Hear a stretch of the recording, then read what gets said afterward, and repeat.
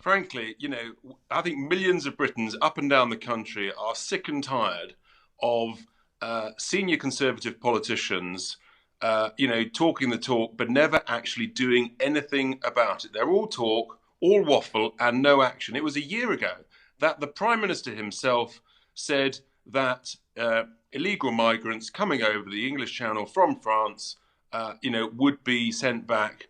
They wouldn't be allowed to stay. And here we are. It's thanks to the efforts of Nigel Farage, who raised this, a Yeah. number of weeks ago. And finally, the mainstream media, including even The Guardian, they have been left with no choice but to actually cover this growing scandal.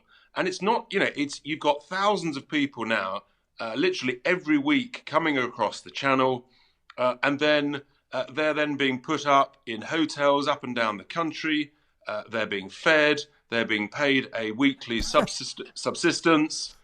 So it's not surprising that actually these illegal immigrants who are being trafficked by, this is a people smuggling operation by criminal gangsters across Europe. And it's not surprising that they want to come to the UK because we are seen as the soft touch, the benefit touch, and that's why they don't want to stay in France. There's a very simple solution to this, Kevin, which is that actually the border force, with or without the navy, it really doesn't matter. When they meet these boats, because it's all carefully orchestrated between the French Navy and the UK border force, when they meet them at the halfway line, which they do, rather than nicely escorting them to Dover, it's very simple. They turn around and they take them back to Calais. And once they do that for a day after day after day, the French may not like it, the criminal smugglers may not like it, but actually they would realise that we mean business. We're serious about this. It's really not rocket science. I agree with you. I can see technical difficulties about the Navy doing this. I'm sure it will cause all sorts of trouble, and I suspect that the Navy will be very reluctant to get involved. As I say, I think that it was a very good soundbite, well, an audio bite by Priti Patel, but I think it was designed to make the front page of the Daily Mail as opposed to being a real thing.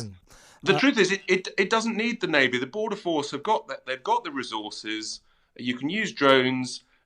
They actually know where these boats are now because it's all been carefully orchestrated. Indeed, when Nigel Farage first discovered this, he actually discovered that the French authorities, they were literally phoning up and liaising with the British authorities. You start to wonder when you realise that this is a £1 million a day smuggling operation.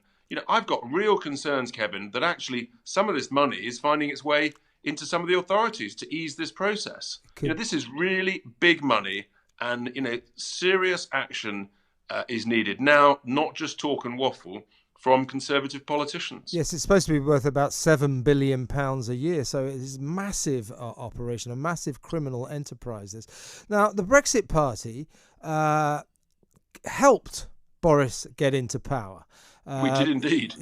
You made the gesture because I think, like a lot of us, you trusted this guy. He was a fervent Brexiteer. He was going to re-establish our borders, re-establish our sovereignty, and go through with what Brexit was all about. Instead, we have thousands of these people coming over every week in their dinghies, and as you alluded to just then, we then pile them into luxury coaches, take them to lovely hotels, feed them, and give them money.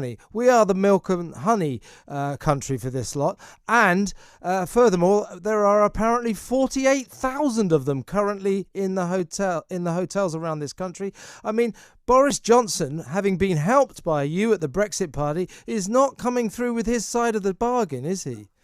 On this particular issue, no. He and Priti Patel, they are just not delivering on their warm words and their strong words. And there's a major issue of trust here. We trusted Boris and his team on Brexit, and so far so good. They are 110% receiving our support for doing a very good job. But on this issue of illegal immigration, essentially fueling millions of pounds, tens of millions of pounds, ultimately, this money actually ultimately is taxpayers' money. Because if we weren't seen as a soft touch, then actually this trade wouldn't go on. And what we've discovered is that this is going to cost the sum of it's costing about £500 million every single year to house, feed, and give benefits to these people coming over. And the reality is, a tiny, tiny number actually get returned to their point of departure. And I think we've heard this afternoon Priti Patel saying a flight's going to go back to France. This is just warm words.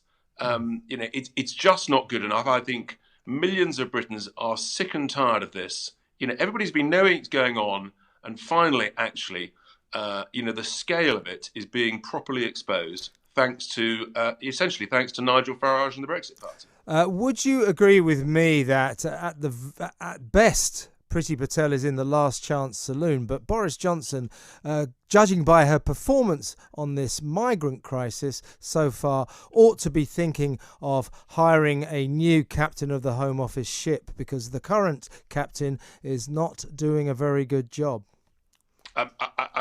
Kevin, it sounds good and it's logical, but I don't think frankly, there's no chance at all that's the way that Boris is thinking. He just wants to park it in the too difficult box. That's the reality. He'll let Priti Patel take the flak for a bit, and then hope that some other drama and crisis emerges. It's just not good enough. And at a time when we know that taxpayers are struggling, we know that our Treasury is going to be struggling for money. The concept of spending £500 million a year, essentially feeding, housing, and paying these illegal immigrants. And then, of course, it's just increasing the numbers that are going to come here. And what's happening is these people smugglers, they're able to increase their charges because they're saying it's even safer. It's even more certain that we'll get you over there. Isn't it also time, Richard, to get real with the French? The French are doing nothing about these people leaving their shores. And there are stories that when these dinghies get halfway across the channel, the French are sort of pushing them. The French Coast Guards are pushing them into our waters to, dispense with their responsibilities, which they don't really show in the first place. They're turning their backs on this, and they are actually, I think, probably not adhering to international law. Crimes are being committed here. People smuggling is an awful crime. They're just turning a blind eye and letting it happen, and we're not doing anything to admonish them. It's worse than that. They're essentially sort of accelerating and fueling the issue because they're not picking them up immediately half a mile, 1 mile from their own shore and turning them around. No. They're nicely, very decently escorting them to the halfway point, the 12-mile line. They phone up the British Border Force. They say, hey, chaps, here's another 20 folk in the blue dinghy. Yeah. Oh, and by the way, a mile back down the road, I've got a red dinghy with another 15. This is literally what's going on day by day, very early in the morning. And then, of course, that's the ones we know about, Kevin. What about all the ones that we don't know That's about? A very good point. I mean, we know about 40. I mean, arguably, the best thing that could happen to these people, and I'm sure this is the way a lot of them think, is let's get nabbed by the Brits. They'll stick us in a nice coach, put us in a nice hotel, give us money and food. The truth is, they're coming here, Kevin, because essentially the reception they receive here and the conditions that they're looked after very generously by the British taxpayer is more welcoming, nicer, and gives them more money than what they might receive in France. And so that's why they want to come here. If the French were giving them more, they would stay in France. This suggestion that these are desperate people, the reality is they are economic migrants who've actually had significant sums of money in order to start their journey from wherever they've left. And then they've arrived in France. Well, France is a wonderful place. You talked about people, hundreds of thousands of Brits going on holiday there. It doesn't sound like a desperate place to me. It's a rather lovely country.